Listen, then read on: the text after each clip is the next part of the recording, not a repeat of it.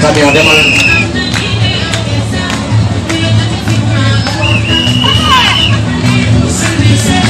Le départ de la carte.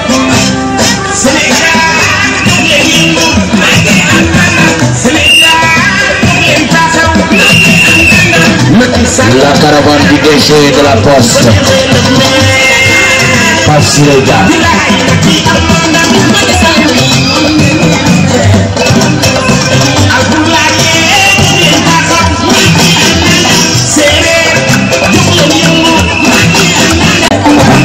Le coordonnateur du comité électoral de la jeunesse,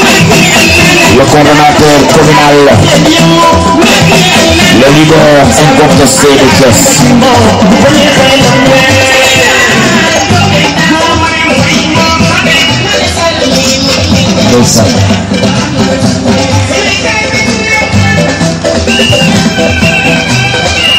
lañu yaakaar di fi jooxal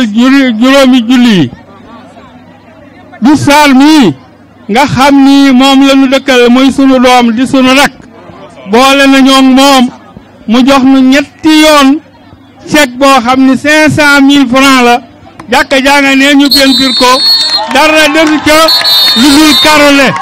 noonu sant nañu ko gërëm nañu ko daaw ba ren wax dëgg yàlla lépp lu ñu ko fi sant jox nañu ko sunu rakk ji noo ngi koy gërëm di ko sant yow am na yéene ci koñ bi am na yéene ci mbooloo mi ku la defal lu baax nag nga wax ko yal na yàlla yokk xéwal yokk wërsëg yi yal na yàlla def li ngeen di wut ngeen am ko te mu yomb te am ànd ak jàmm te ànd ak salaam te ànd ak man-man te ànd ak mbaax yal na yàlla yokk xéwal yokk wërsëg yi li ngeen wut lépp yal na ngeen ko am asalaamaaleykum wa rahmatulahi taala wa barakatuhu. Imam jërëjëf. Imam jërëjëf may ñaan rek sama gars yi. Nous passons la parole à Wolti Sow. Wolti bismillah.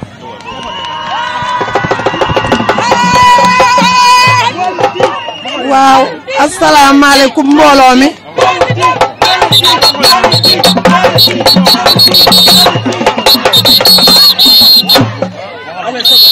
asalaamaaleykum mbooloo mi. maa ngi leen di nuyu ku ci nekk sa tur ak sa sant. nuyoo bi ñuy nuyu Siré Dia ñi ngi koy teg ci loxo Gosaar mu jottalil ñu ko ko. ñi ngi koy sant di ko gërëm ndax Gosaar bi mu ñëwee ci ñun ni dafa bëgg ñu parrainel ko teguñu ci baat dañoo jël lu mat fukki parrainage ak juróom parrainel ko ko ci koñ bi waaw fukki fiis ak juróom ñu parrainel ko ko waaw ngir jàppale Gosaar ñun bu ñuy jàppale Siré Dia Gosaar moo tax ndax Gosaar moo ñu ji loo xam ne mën nañ ko koo jàppale te Siré Dia nag ñi ngi lay wan suñu bopp di la waaw ñi ngi lay wan suñu bopp di la bëgg a jàppale le 24 février ñi ngi lay kiyal fële ci école Modou Kane bu soobee yàlla yonent bi di nga ni vive di nga ko wax ca kaw ca kanam waaw te ñu ngi ci sa ginnaaw nag suñu xale yu góor yaa ngi nii jàpp ñu feeñ te ku ci nekk yaa ngi ak sa baccalauréat toog suñu xale yu jigéen yaa ngi nii toog lépp ñu ngi ko weer ci yow te ñu ngi ko teg ci loxoy Gosaar pour ñu jottali la ko ndax ñun amuñu kenn ku dul Gosaar lépp Gosaar vive Gosaar vive Gosaar. Merci.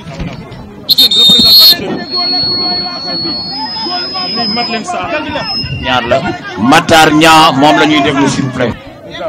maa ngi nuyu waa koñ bi di nuyu wa ñaan ak Siré Dia di nuyu Siré Dia Siré da ngaa tànn koo àndal ndayam gërëm ñoo bokk benn bañ su da ko sama papa damay jaay ndekki bu may séenee sama paan woo ma ñëw mu jox man ne ma demal góorgóorlu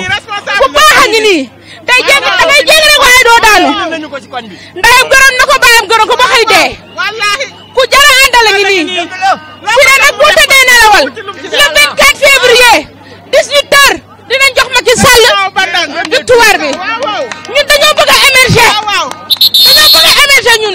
ma xool ni nga mel da ngay defe ne kër Serigne ba lañ ko war a defee waaye tey fii lañ koy defee li waral ñu ko fii defee mooy góor mi dafa nekk suñu frère nekk fii ci biir koñ bi kii di frère am di Alain Sarr di koo xam ne social rek lay dund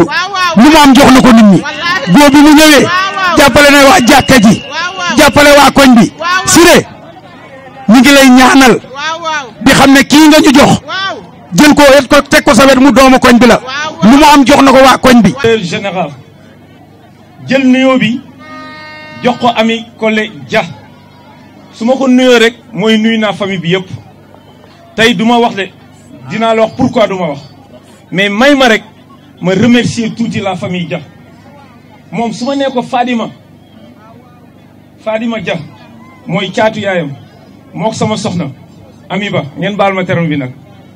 ba ma leen di xam ñoom ñaar boobu takk amagul woon Fadima Dia moomu di xaritu Ami Ba benn bakkan ak Mari Ndiaye mii dara xaritu benn bakkan Fadima Dia moom moo tax ma xam directeur yéen nag directeur dinaa leen mës a wax loo xam ne yéen ñun ñuy liggéeyal directeur ku yaakaar ni politique moo tax ma topp directeur juum nga dinaa leen wax nag moom sax fàtte na ko mais tey jour bii laa doon xaar pour wax ko. dëgg la monsieur Sarr. directeur en 2002 man maa ñëw Dakar ànd ak Ami Ba ak Fadima. borom diplôme yi kii di su koy Ablaye Wade di gis il sera directeur général de la poste. lii kon maa ko wax am Fama Ndaw dina ko dégg en 2002 lii maa ko wax su saalu DG la ñu añee sax duma ko wax waaye maafe bu neex la woon.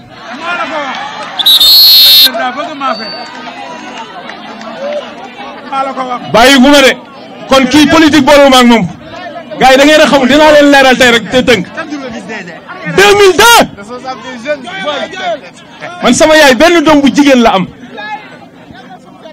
amiin doom bu jigéen la amoon sax laay wax mu tudd Mame Bana Sarr man sama taaw Mame Bana Touré Mame Bana Sarr laa ko tuddee yàlla daf mu feebar hôpital régional Dantec ñu dem principal. ñaa fanaan feneen fudul sama néeg parce que dama daan football nekk entraîneur di dem di regrouper même bi ma nekkee entraîneur dama daan jiital sama équipe fanaan sama néeg su ma xëy suba passe sama passe dem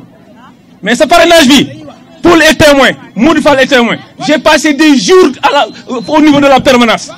ba 7 heures fekk ma fa ma julli ji jël sama sac dem jàngi benn yoon du ñaari. waaw asalaamaaleykum mbooloo bi tey wax dëgg yàlla sama xol dafa tooy ci kàddu yu Go-Sarr yëkkati fii tey Go-Sarr dam xaamewuma ko sax tey parce que dafa waxee xol te d'habitude Go-Sarr ñëpp xam nañ ko ku dal la ku calme ku serein la mais tey xolam moo wax maa ngi koy gërëm di ko sant maa ngi gërëm waa Walidane yëpp di leen jaajëfal ci seen accueil bi vraiment kontaan naa di leen jaajëfal di gërëm imam Mamour Koule di gërëm Walti Sow kooku sant bi nag moo ko yàq di gërëm Mama Ndiaye di gërëm Matar Nia di gërëm Demba Diop di gërëm Alain Sarr maa ngi gërëm quartier bi yëpp di leen sant mais bala may avancer dama bëggoon taxaw tuuti ci Go-Sarr defe naa Sénégal yëpp Thiès yëpp àddina bi yëpp xamee nañ ma ak Go-Sarr muy un collaborateur fidèle loyal sincère Go-Sarr dama bëggoon wax à la face du monde qui a toute ma confiance Go-Sarr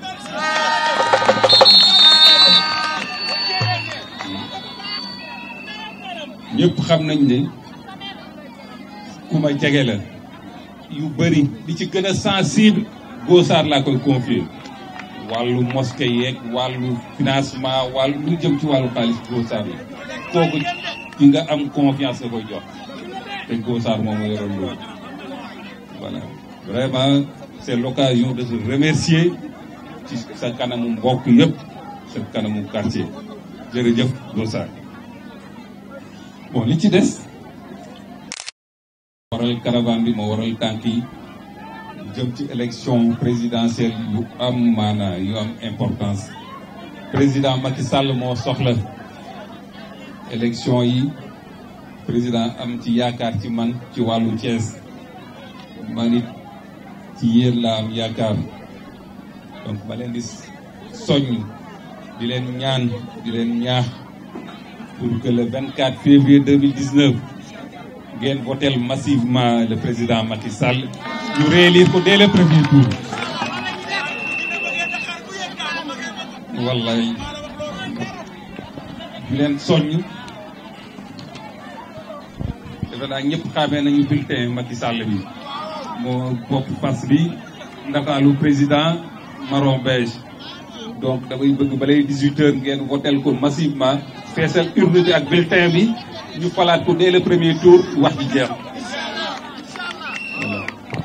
donc loolu laa leen di dénk di leen dénk Gossard fii ak le 24 ngeen continuer proximité yi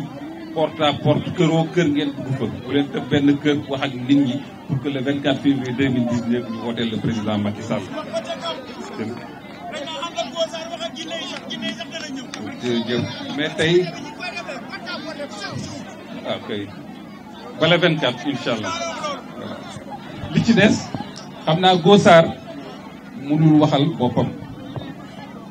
fu ñu ànd mooy jël note pour wàllu financement ak wàllu emploi jeune mais wax na ba daaneel xolam mu tooy affaire u témoignage rek la fi yëkkati mu wax ko mu waxu ko xam naa donc soxla jigéen ñi fii Gossard ci sa bopp yow naa la dooleel fii naa jàppale say jigéen pour financement ci wàllu emploi pour les jeunes aussi naa leen renforcer te ASC Walidane laa continuer di leen jàppale na fi yow donc comme yaay noté partout maa ngi lay ñaan nga noteel sa bopp yow waaw incha allah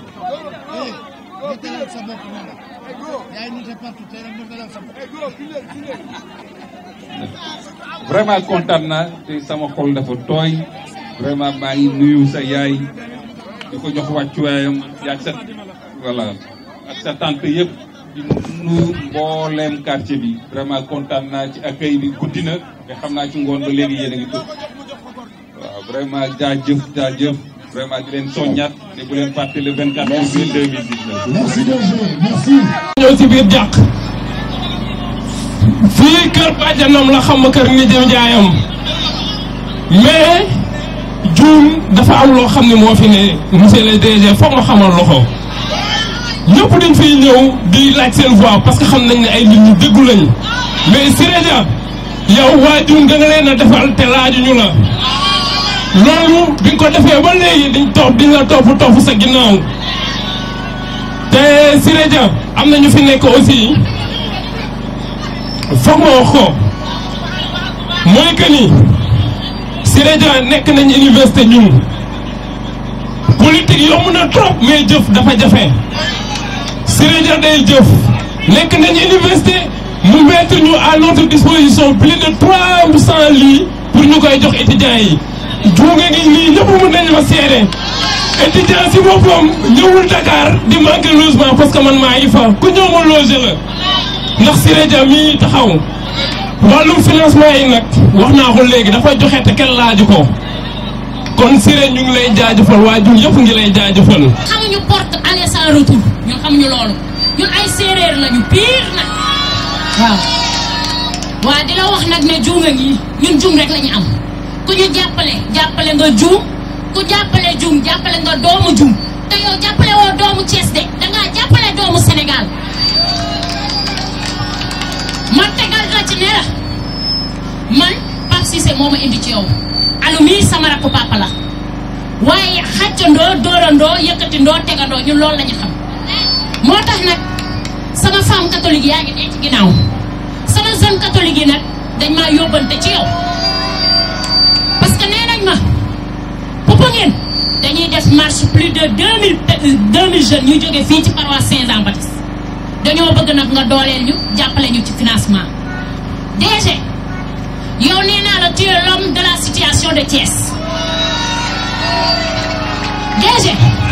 yow ku la xamul ku ne dégg dégg na say jaloore ci biir Thiès gis nga doomu Thiès yi léegi ñëpp a yeewu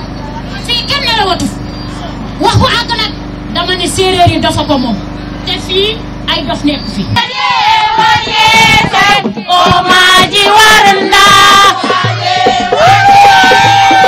vraiment kontaan naa ci accueil bi maa ngi leen di jaajëfal vraiment di leen masawu coono xam naa ci ngoon ba léegi yéen a ngi fii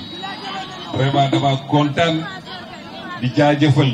ñi fi yëkkati kàddu yëpp vraiment muy Alou Babacar Faye muy Cheikh Faye muy Marie ku lim da ngay juum gërëm naa ñëpp sant leen donc fi ñu ma féetee xam naa ko li ngeen wax ci yéen dëgg la malgré yéen ay sama jaam mais séeréer dafa dëggu voilà lu ñu la wax loolu la bul naataable bul seet sax donc kontaan naa ci yéen suñu ànd bi yàgg na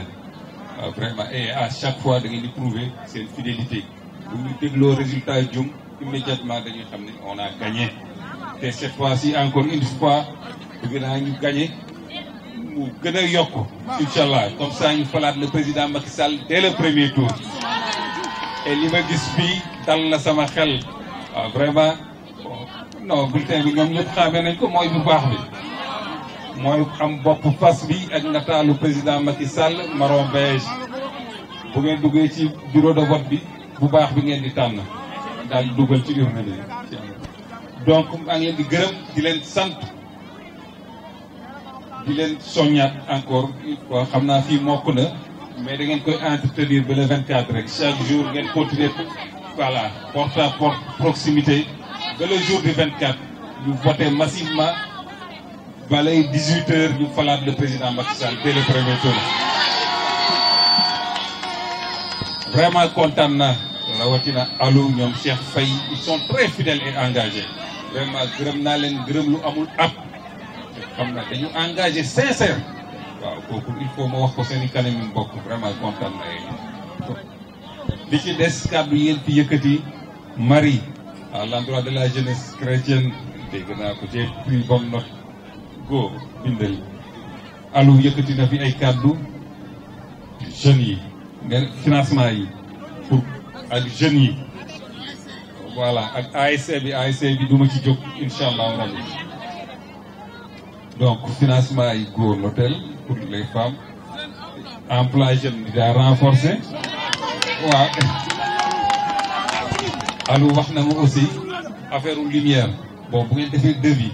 pour kii ba ma xam ampoule ñaata boo ma ko joxee incha allah dinaa ci jàpp.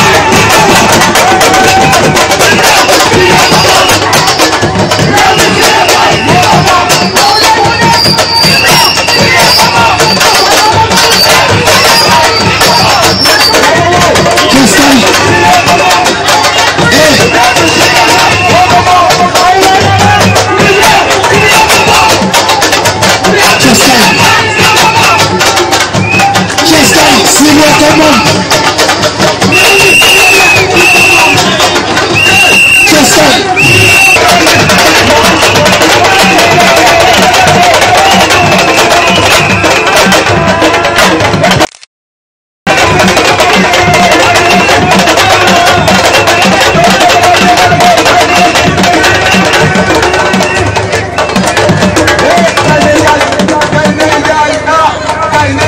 Mbaye ñu ngi koy sant di ko gërëm di ko wax ne nag ñëw na ci koo xam ne moo nekk ci comité électoral bu PDS mu Dakar Samba Fall moo ko jiite mooy coordonnateur bi dafa baax rek man maay vice coordonnateur bi mi ngi nii taxaw mënoon na jël parole mais cër la bu ma jox ma jël ko ba ne di ko wax ne nag Ndeye Diakhaté ñii Adja Ndeye li nga xam ne fii lañ nekk ci buntu këram loo ko wax dawoo ko Siré Dia waxoo ko Macky Sall waxoo ko dara ñi ngi liggéey bu rafet su ko Siré DG joxe mu joxe su ko DG joxewul mu joxe alalam ak jotam ak lépp da ko def ci soxna Siré Dia ak DG ak président Macky Sall waaye dëkkin bi day des nañ ko rafetal teg ko ci yoon li am solo mooy bu ñu xuloo bu ñu xeex nañu jàmmoo ñi ñu dëkkal rafetal ba nga xam ne bés bu ñu gañee le 24 au premier tour bu ñu xëyee mën a jàkkaarloo ñoom jàkkaarloo bu rafet kon loolu je tenais à le dire. bi nag di ko teg ci loxo Adja Ndeye Diakhaté mu jàllale ñu ko ci Siré Dia ñun nga xam ne amuñu kenn ku dul Siré Dia yaakaaruñu kenn ku dul Siré Dia nooyeewuñu kenn ku dul Siré Dia lu waral loolu mooy Adja Ndeye Diakhaté boot ñu ci koñ bi jàppale ñu sunu avec ñun amuñu lu avec ñun jigéen ñi tool la ñuy dox Adja Ndeye Diakhaté jàppale ñu sunu avec yi li mu boot ci ay avec mag na fukki avec wala juróom-ñeenti avec Adja Ndeye Diakhaté financement bu ñu ko jox da koy def ci suñu loxo yi financé ñu ko ñuy liggéey kon kooku dañ koy ñaan ndax nag ñun xaalisu politique ñi ngi koy doogale ci Adja Ndeye Diakhaté sama part ca kaw bu ñu nekkee xaalisu politique ci Adja Ndeye Diakhaté la Adja Ndeye Diakhaté maa ngi lay seedeel ni la lépp loo ko jox wala lépp loo ko yónnee egsi na ci ñun te ñu ngi koy ñaanal mu topp ci sa ginnaaw ñu topp ci ginnaaw nga topp ci ginnaaw Macky Sall ba premier tour bi ñu gañ a ko incha allah ci kàttanu yàlla ñu ngi lay ñaanal.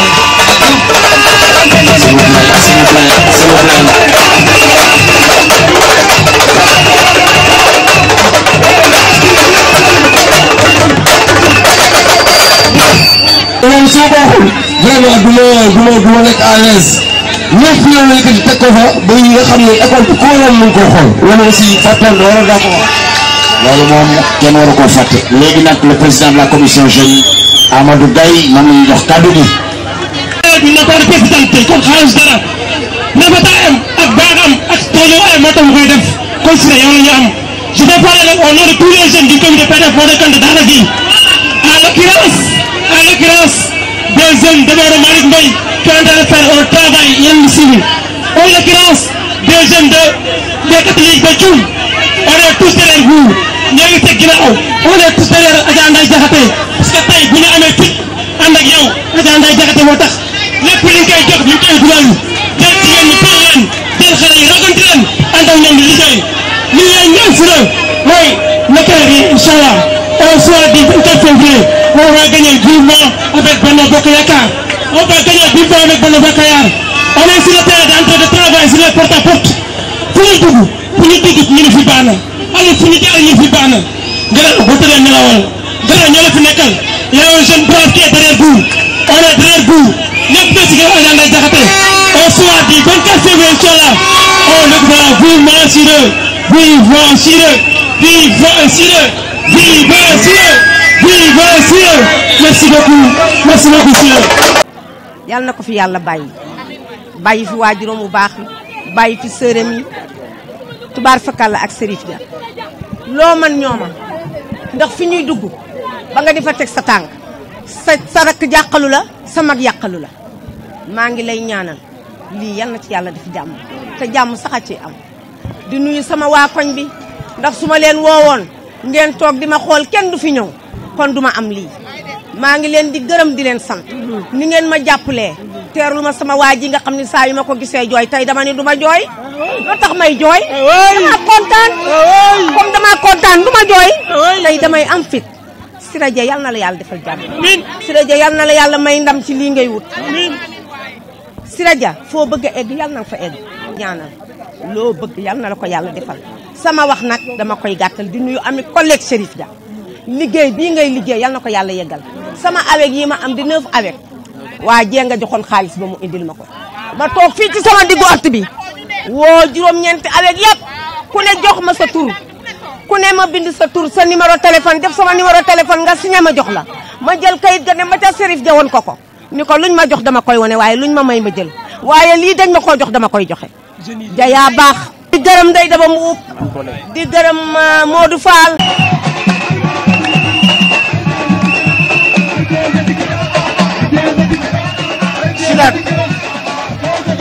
Sidaat ni muy def rek laay def du ma wax lu bëri tuuti laay wax ci moom ah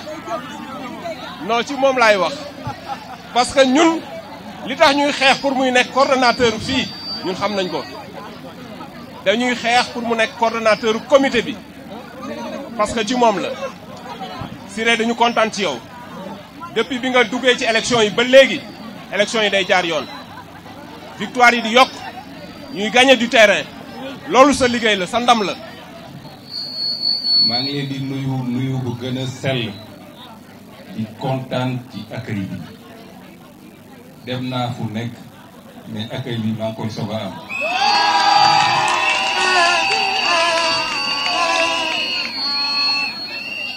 waaye nag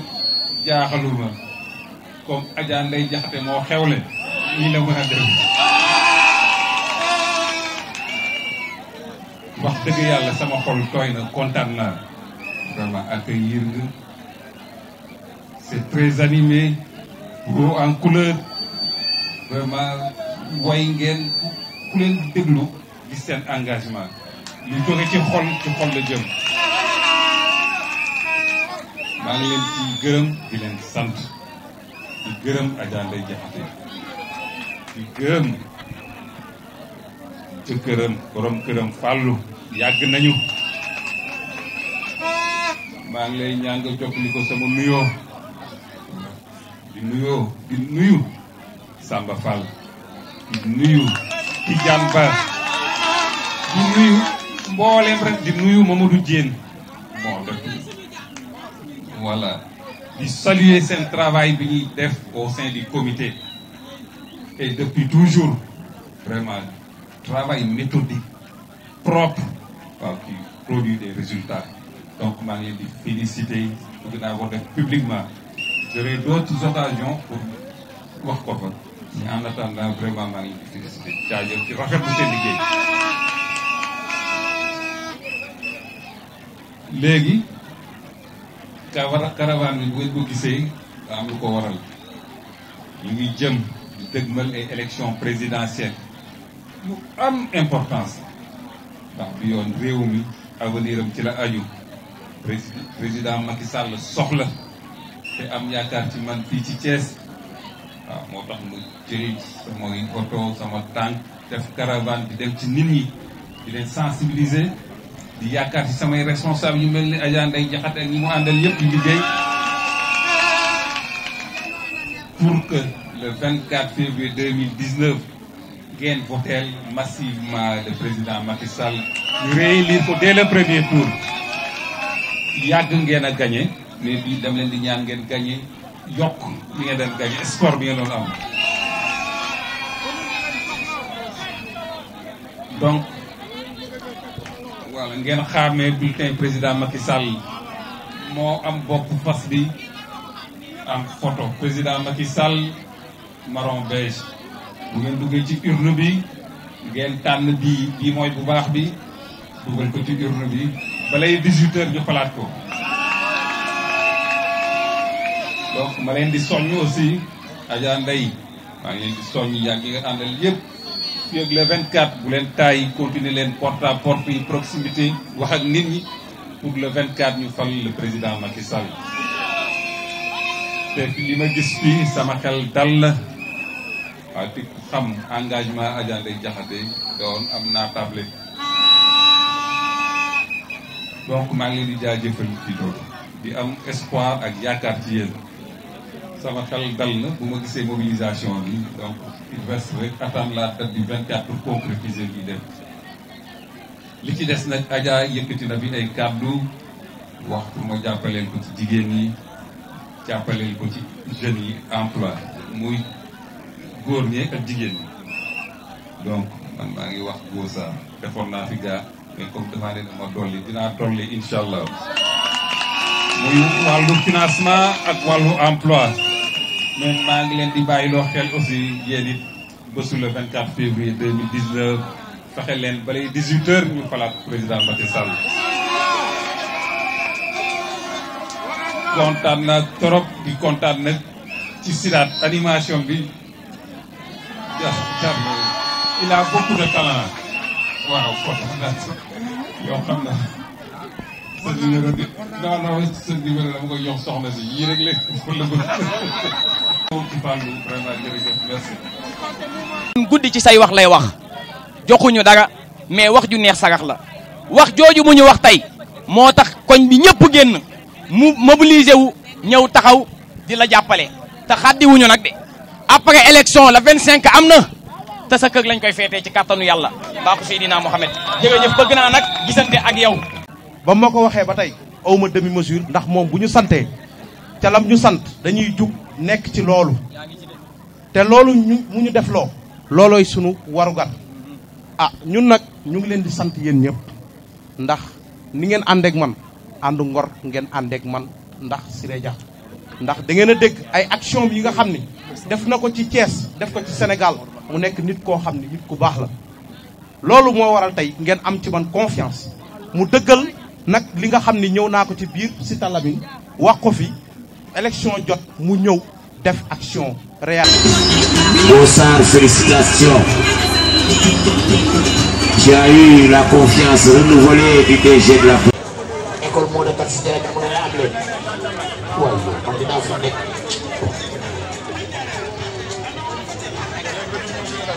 Thiès kay baax na.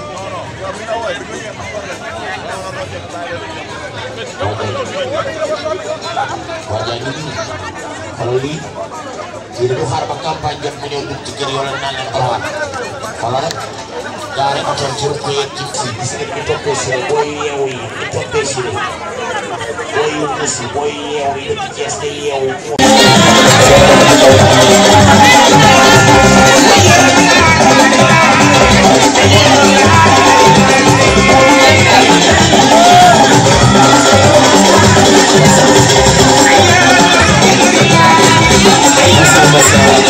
février la yàlla nga am ndam le 25 ñu feete ko di la ñaanal ci waa Cité Lamy ni nga ma jàppalee ci ay cas nag ma jàppalee ci ay cas nga jàppale ma ci waa Cité Lamy yow xam na moo wóor yow bu ma ñëwee sa bureau bu ma nee DG nii nga ne ma dégg naa ko yow yaay DG dégg naa ko loo wax nit def ko yow mënu ma laa fay di la ñaanal li nga bëgg di la ñaanal ndam li nga bëgg ci école Cité Lamy bi yal na la ko yàlla defal maa ngi lay sant di la gërëm ma bëgg nag sunu waa koñ bii ma bëgg sunu waa koñ bëgg xale yi topp ci man nga dimbale ma jàppal ma leen ñëpp maa ngi sant Habib Niang sama càmmiñ yi nga defal sama doom bi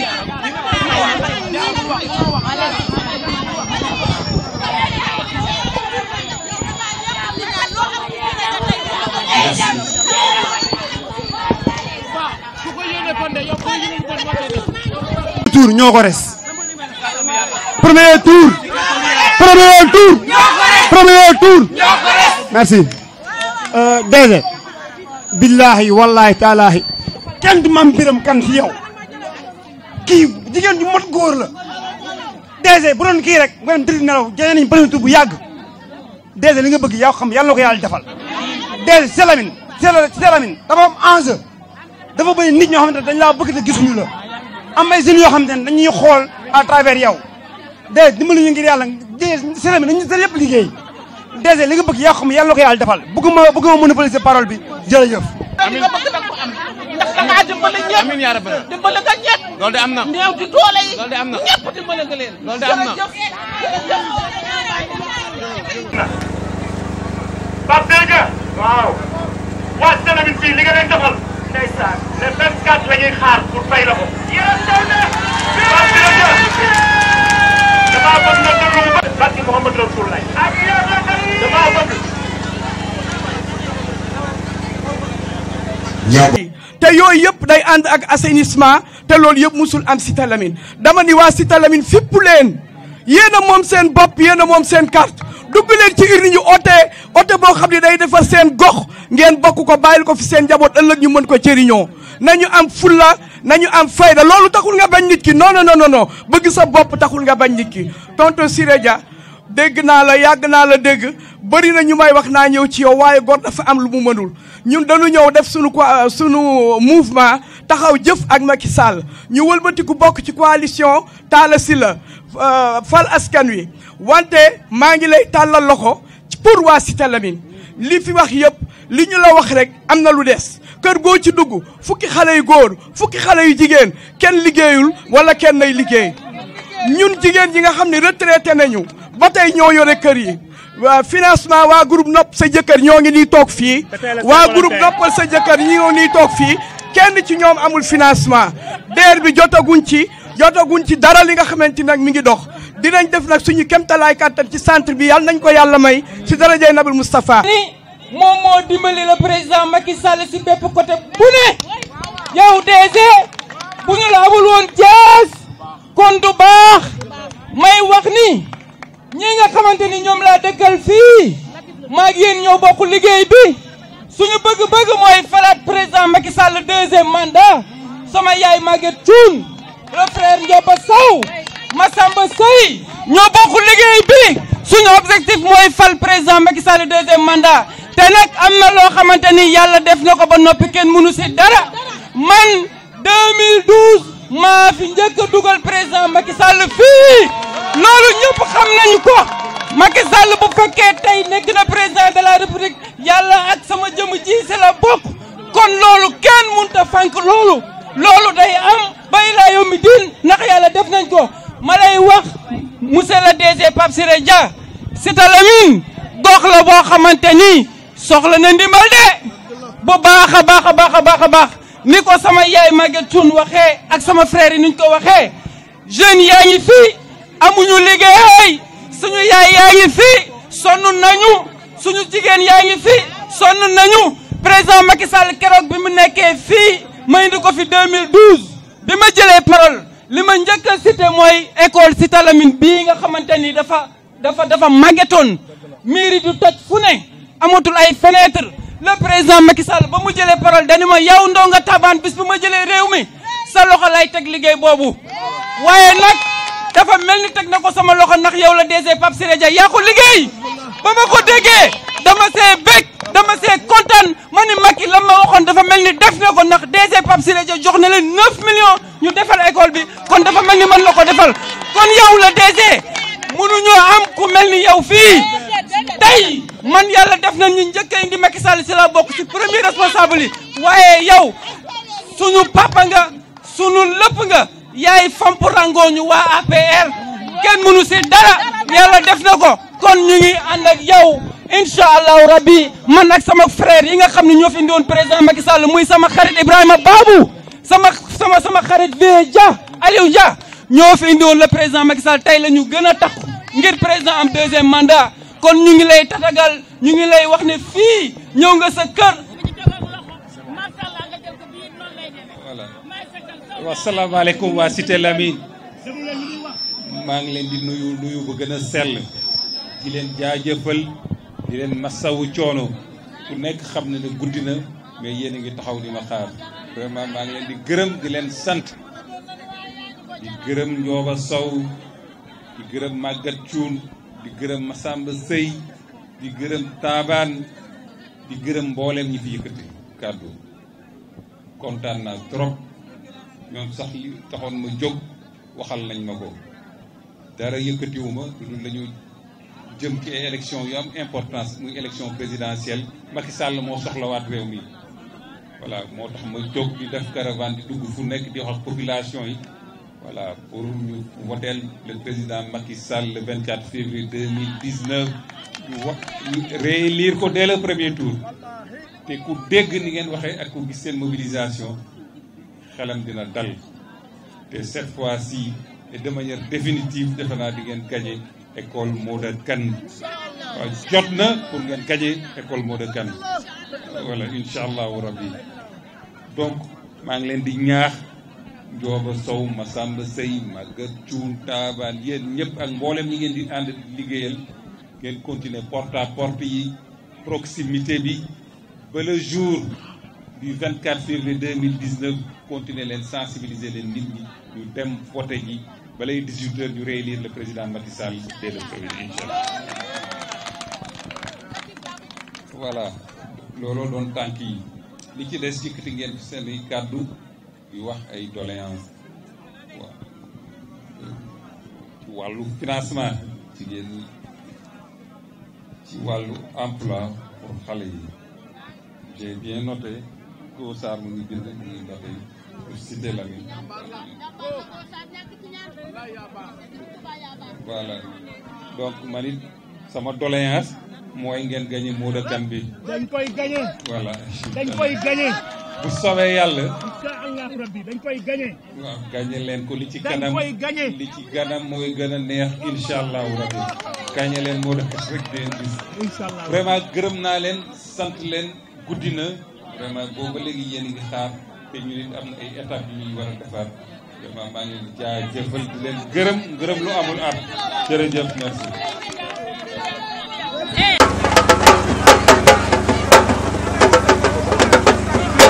jël ndam li teg ko sa loxo bu boobaa rek ñu mën a ñëw toog ak yow wax la suñu doléance je vous remercie merci beaucoup.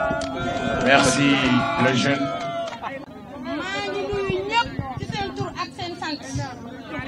maa ngi baalu ñëpp ak ndax xaar bi dafa yàgg maa ngi nuyu tamit di jël nuyoo bi di ko teg ci Siré Dia mii di sama gàmmu ma di ko nuyu bu baax di ko gërëm di ko sant ndax su ma koy gërëm duma fi jóg tey ndax Siré Dia ñun mënuñu koo fay ñun tëral nañu ba pare ñun buñ koy topp ci moom mii la moom moo def li tax ñu di ko topp ndax Siré Dia duñu toroxal ñu yéene ko nag waa Thiès moo tax ñu génne Thiès yëpp ni la ñëw leen topp ci ñun ñu topp ci Siré Dia Siré Dia lii Ndeye Daba Mbuub di wax tuur na yolwaan yëpp soppali ko ay salaire bu ma fa jógee nag damay gërëm Lamine Gaye ndax ñëpp xam nañ ne maag moom chaque jour ñu defante te du tee dañuy àndaat chaque jour Siré Dia jubale ñu te du tee dañuy àndaat sama kër la ñëw ni ma nañu dem kari Siré Dia ma jël samay nit Samba Ndiaye ma di la balu ci li ma def nii ndax sama ñii dañ maa topp di ay nit yow sama xarit nga waroo wax sax ma di ci teg baat waaye ñii it bu ñu waxee dama leen di jox kàddu ma di la ci baalu ak ndax yow duma la manqué respect bu loolu weesoo koo xam wala tontul nga ma dama bëgg nag ñu wax réalisation Macky Sall yi ci dëkk bi ma bëgg ñëpp yeewu ndax nelaw amatu fi te ñu xool mooy kii ko moom mim réew Macky ko moom Thiès Siré mim réew Macky ko moom ci guddi ba léegi moo tax ñu xaw a guddee étape yi bëri waaw te prise de parole yi bëri aussi nit ñi doo maîtriser temps bi di kontaan ci accueil bi di leen jaajëfal guddi na ñu dem directement à l'essentiel essentiel bi li waral tànk yi mooy day jëm ci élection présidentielle Macky Sall soxla donc ma leen di ñaax di leen ñaan ngeen def porte à porte proximité ba le 24 ngeen voteel massivement le président Macky Sall ñu réélire ko dès le premier tour loolu mooy kàddu gi waaw loolu mooy essentiel bi guddi na ñu tënk rek waaw te li leen ñaax aussi ngeen continuer porte à porte ak proximité ba ci bés ba bu kenn taay bu kenn xaddi voilà incha allah ba yàlla may ñu ndam kattan di jaajëfal Daboka fidèle na foofu ba léegi muy jàpp c'est sincère di jaajëfal Yacine Diop tous les responsables yu nekk fii yëpp maa ngi leen di gërëm di leen sant ci seen taxawaay léegi guddi na di ngeen fi kàddu ngeen fi yëkkati aussi ci wàllu ndimbal ak jàppale dégg naa ko incha allah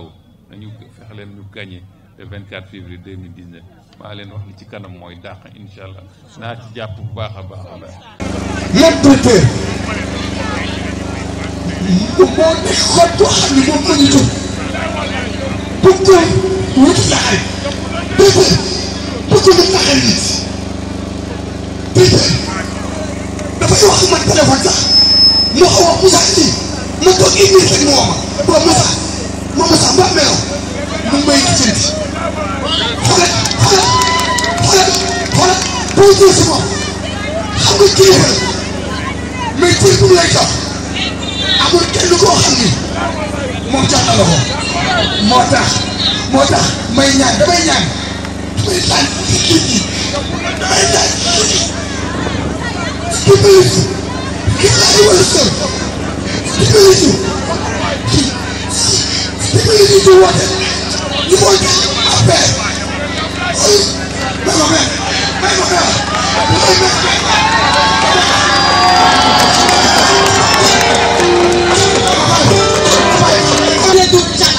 merci soxna si.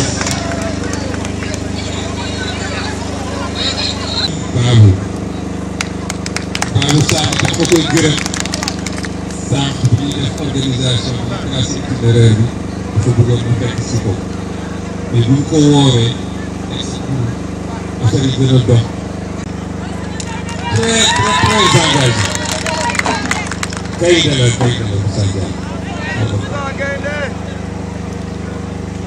Moussa Ndiaye daal bu ma ko defalul da nga koo amul.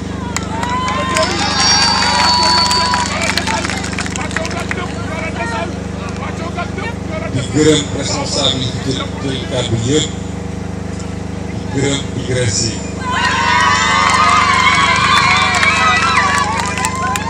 ñoom it bi ñu commencé accompagner Moussa Ndiaye yàgg na elles sont fidèles constantes wallaay moom ba léegi ñu ci jàpp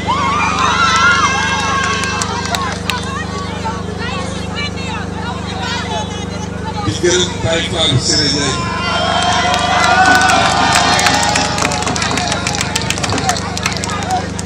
gërëm waa Benno Bokk Yaakaar gërëm comité bi yëpp di leen apporter mon soutien gërëm naa ñëpp ku lim da ngay juum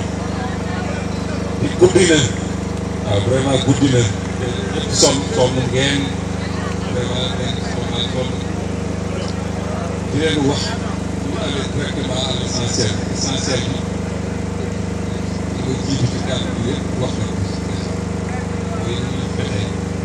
ba gagner le président Macky Sall incha allah donc ma leen di soññ vraiment di leen recommander ngeen continuer porte à porte yi proximité yi bu leen sonn bu leen taay parce que élection yu am importance la ba le jour J même le 24 sensibiliser les nit ñi dafa ñu dem voté yi ba les 18 heures ñu réélire le président Macky Sall dès le premier tour waaw loolu mooy tànk yi beneen fànn bi mooy kàddu yi ngeen fi yëkkati ak doléance ngeen wax ak yi Moussa wax digress yi wax defe naa yëpp kaa dañu ci def ngeen ko dolli incha allah dañu fexe ñu gagné centre le soir 24 février 2019 suñu tombé digress dinaa yokk emploi jeune dinaa yokk waaye Fall yi fàttewuma kenn financement yi tam bu saam dool aidé waat groupement yi femmes yi mooy maanaam avec yi donc may maa ngi leen di ñaan sama doléance benn la du ñaar faat le président Macky Sall rek di ko gis seen mobilisation bi ak kàddu yi fi dégg c'est rassurant sama xel dal na benn naa table au soir du 24 février 2019 bu ma dégloo résultat seen centre de vote victoire lañ koy am incha allah